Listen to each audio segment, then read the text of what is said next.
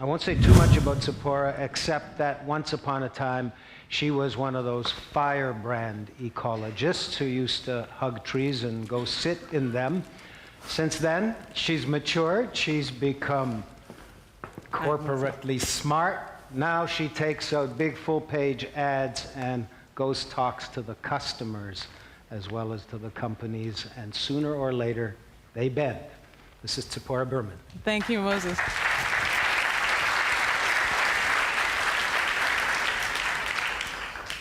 I still spend a lot of time in the forest. What we need today, in a lot of ways, are dreams, are visions. We know we need ideas.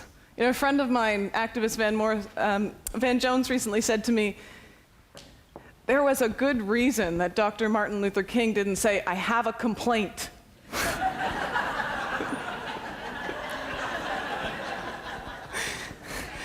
We need today, all of us, to be thinking about these issues and to be finding ways that we can address them, not just in our daily lives by what we do in our homes, but by what we buy, by voting at the checkout stands, and by more than what we buy, by participating and encouraging those who have the power to make decisions and to change them. So how many people here have ever written to their MPP, their congressperson, their premier? It's excellent. We're going to get a whole lot done today. So I think I want to start by telling you a story. It's a story and part of how I got involved in these issues. 2 blocks from here, about 15 years ago, in a geography class, I fell in love. Not with a person, though the professor was kind of cute, but with a place.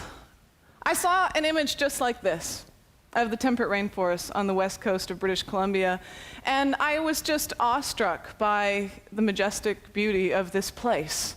Not having a lot of responsibilities at the time, I donned my backpack and went out west that summer and started learning and volunteering in the rainforest. You know, I was building trails and I was doing research and I was just doing whatever I could. I just wanted to spend time in the forest. I didn't grow up knowing about these issues or really caring about them. You know, I grew up in London, Ontario and Toronto, and for me, nature was, you know, it had a lot to do with David Suzuki on TV, you know, it had a lot to do with somewhere that you got to by car. I was very distanced from it, and I really didn't know what was happening. And that's, you know, another theme that I started thinking about. How much environmentalism has changed over the last decade since I've been involved in it. You know, when I started this work, our job was really about kicking open the door of an issue, telling what was happening and what was wrong. And it was, in some respects, it's still a difficult job, but it was, in some respects, it was more difficult then. I can remember debating a forest industry executive on the radio, national radio, and he called me a whacked-out nature worshiper who prays to the moon. When I launched the campaign I'm about to tell you about for the Great Bear Rainforest, the premier at the time, Glenn Clark, called me an enemy of the state. Well, this February, I stood and shook Premier Gordon Campbell's hand as he thanked me and others who have worked on this issue for our leadership, because we've reached an agreement on the west coast of British Columbia to protect 5 million acres of old-growth rainforest.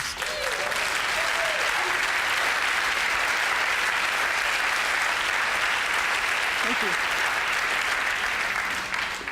It was a hard-won agreement. It needed ideas. It needed feet under those ideas. It needed people writing to the premier.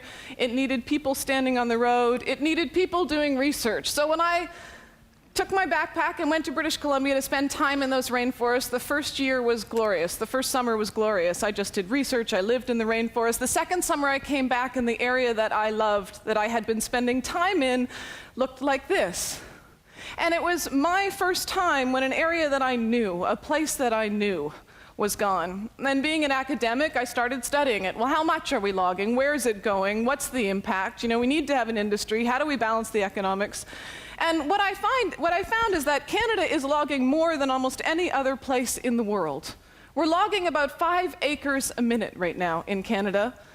And most of it, and at the time, this forest in Clayoquot Sound on Vancouver Island was going to make yellow pages, phone books, 1,000-year-old trees.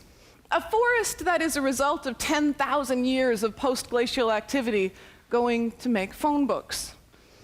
So that summer, 1993, the BC government decided to allow logging in most of that rainforest in Clayoquot Sound. And at the time also became the largest shareholder of the logging company, Macmillan Bloedel. And for that reason, for many other reasons, Clayoquot Sound became a tipping point. And thousands of people came to Clayoquot Sound that summer. 10,000 people came and stood on the road. And over 1,000 people were arrested. I was arrested for giving speeches like this on the side of the road and charged with 1,000 counts of aiding and criminal abetting. Luckily, there was an incredible group of lawyers who came to my aid. In fact, I can remember sitting in jail thinking, oh my God, what's going to happen when my master's thesis advisors finds out that I'm not writing my thesis and I'm in jail? And charged with 1,000 counts of criminal aiding and abetting. And the warden came and he said, your lawyer's here. And I thought, oh good. I didn't know I had a lawyer, but great. And this lovely man, David Martin, walked in, and he had been organized by Clayton Ruby, who I'm sure many of you know of, and a group of lawyers came together and represented us for free. And we won. We won my case on a constitutional basis.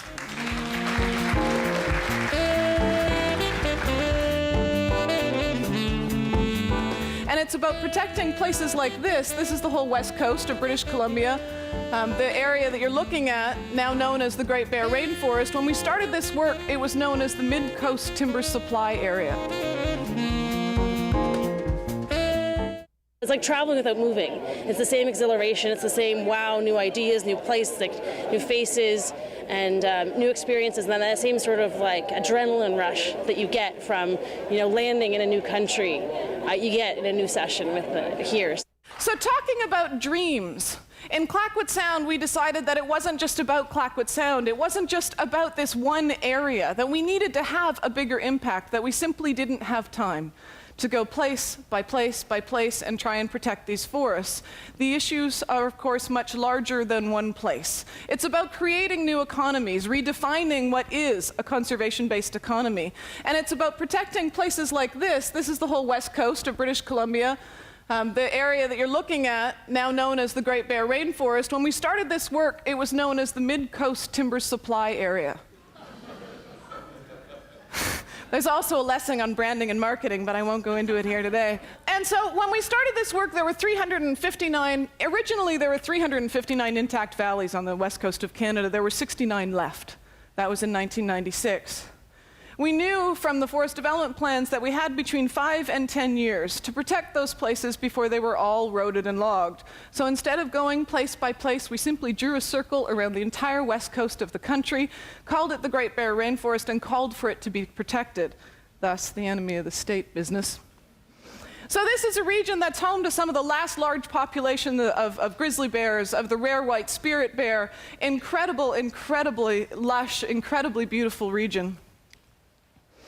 And being logged like this. So 10,000 people had come to Clayoquot Sound. 1,000 people had been arrested. The polls were showing that 87% of Canadians didn't support the logging in Clayoquot Sound, didn't support logging like I've been showing you, yet the logging continued. And we decided if the government wasn't going to listen to the people, would the government and industry listen to their customers? And we started trying to find out where was it going, who was buying it. We found a number of customers, Home Depot, Staples, Scott Paper. I can remember a meeting when I flew to London, England, and met with Scott Paper to tell them that if they didn't start addressing these issues, then we were going to launch an ad campaign against them. Of course, we had no money to launch an ad campaign at the time, but we were going to launch an ad campaign where their little puppy that rolls down the stairs ends up rolling into a clear cut, and people find out that their toilet paper is made from rainforests.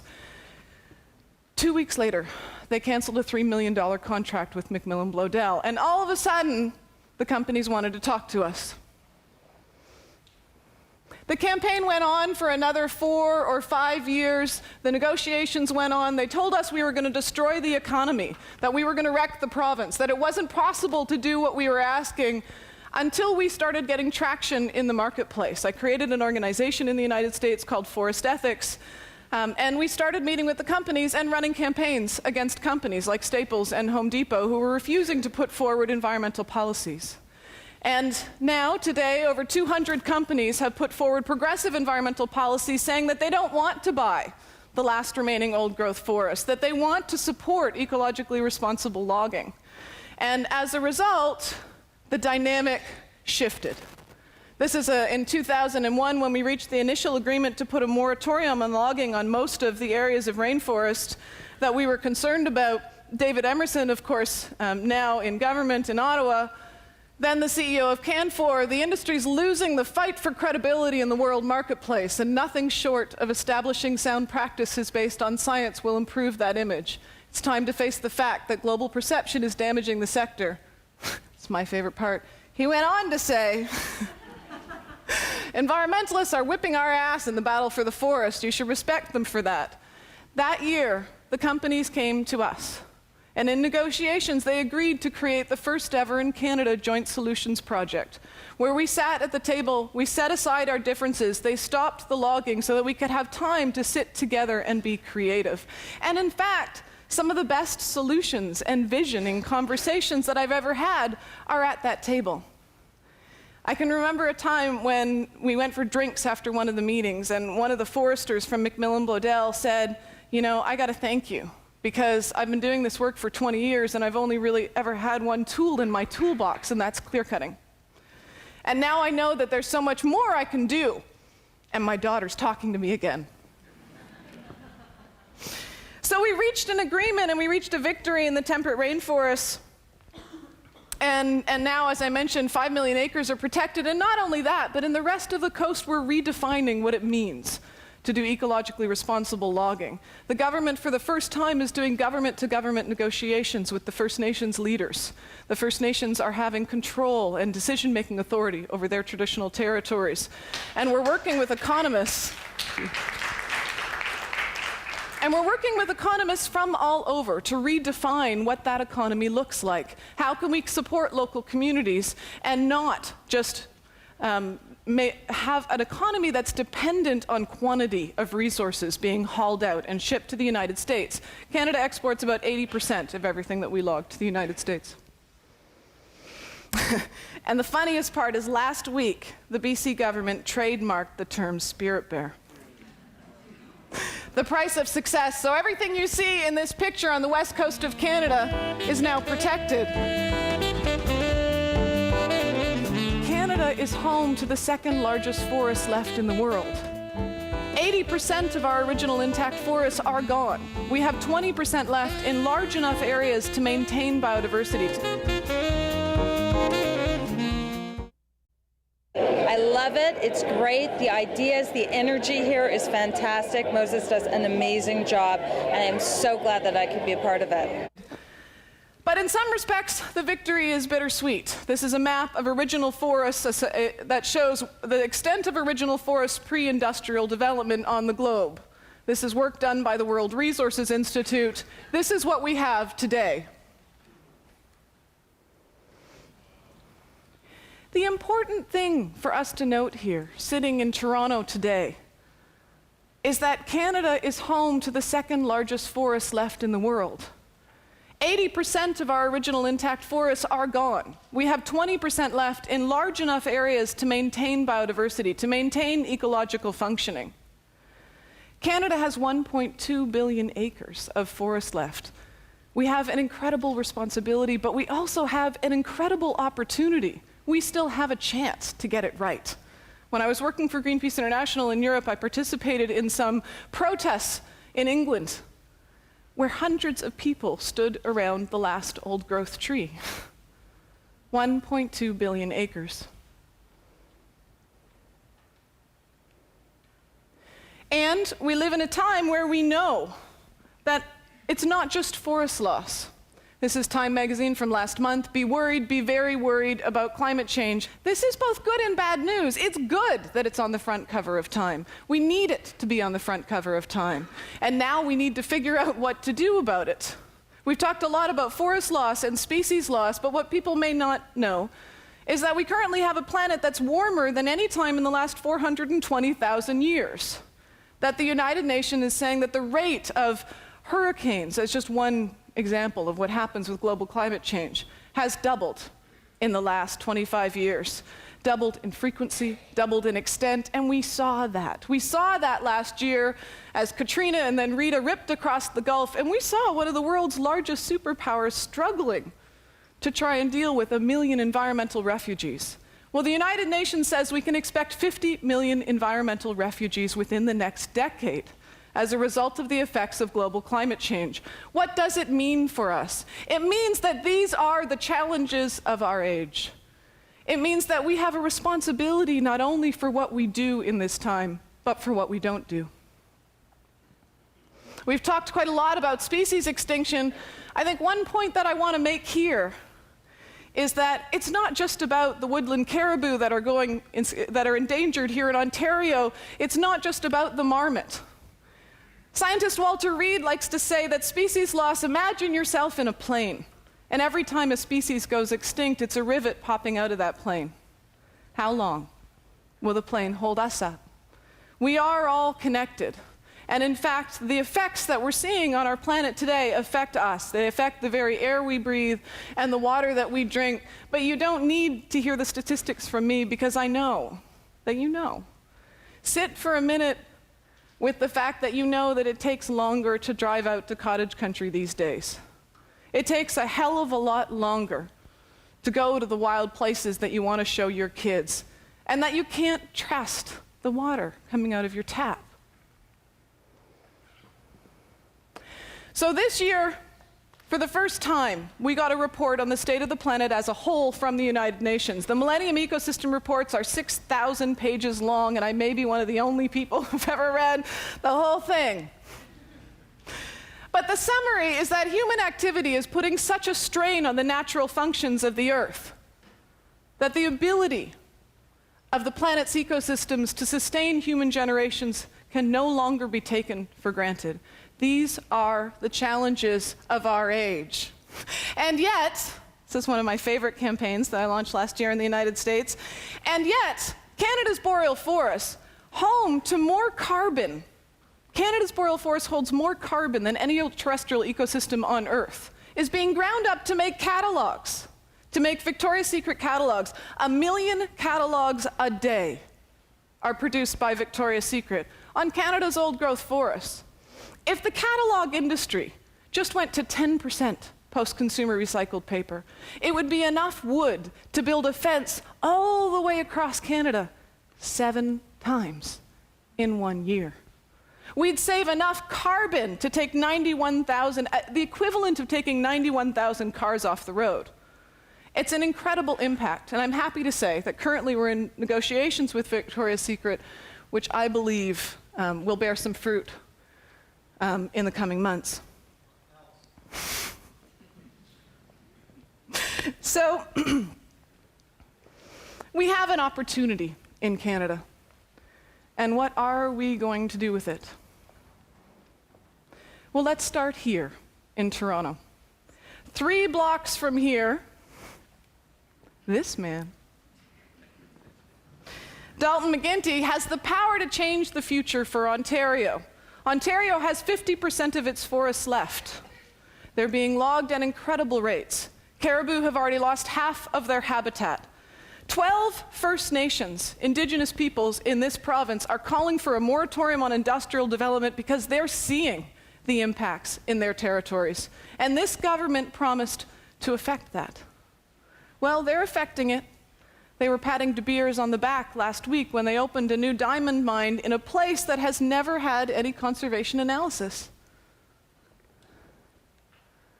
So this is some of the logging that we're seeing in Ontario. It's actually some of the better logging. What I've seen in Ontario is that we're now seeing clear cuts that are 10,000 hectares in size. We have the dubious honor here in Ontario of having clear cuts so large that we can see them from space. We also, though, have companies here who are making a difference. Companies who are doing ecologically responsible logging that's certified by the Forest Stewardship Council, companies like Tembec and Domtar. So we have a choice. We have the knowledge and the creativity to do things differently.